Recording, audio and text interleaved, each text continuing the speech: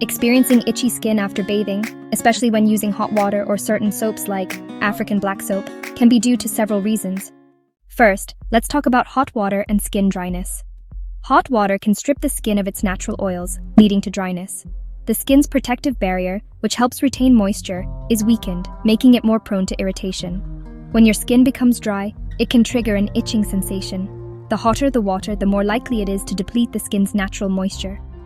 Now let's discuss African black soap.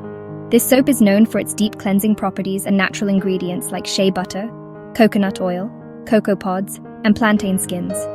While it's often beneficial for many skin types, it can be quite alkaline. The soap's high pH level can disrupt the skin's natural acid mantle, which maintains a slightly acidic environment to protect against bacteria and irritants.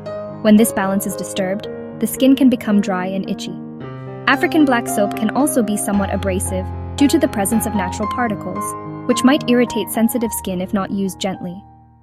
If the water in your area is hard, meaning it contains high levels of minerals like calcium and magnesium, it can react with soap to form a residue that may irritate the skin. This residue can be left on the skin after bathing, leading to dryness and itching.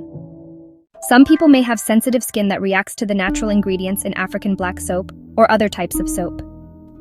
Plant extracts, oils, or ashes in these soaps can sometimes cause irritation or allergic reactions in certain individuals.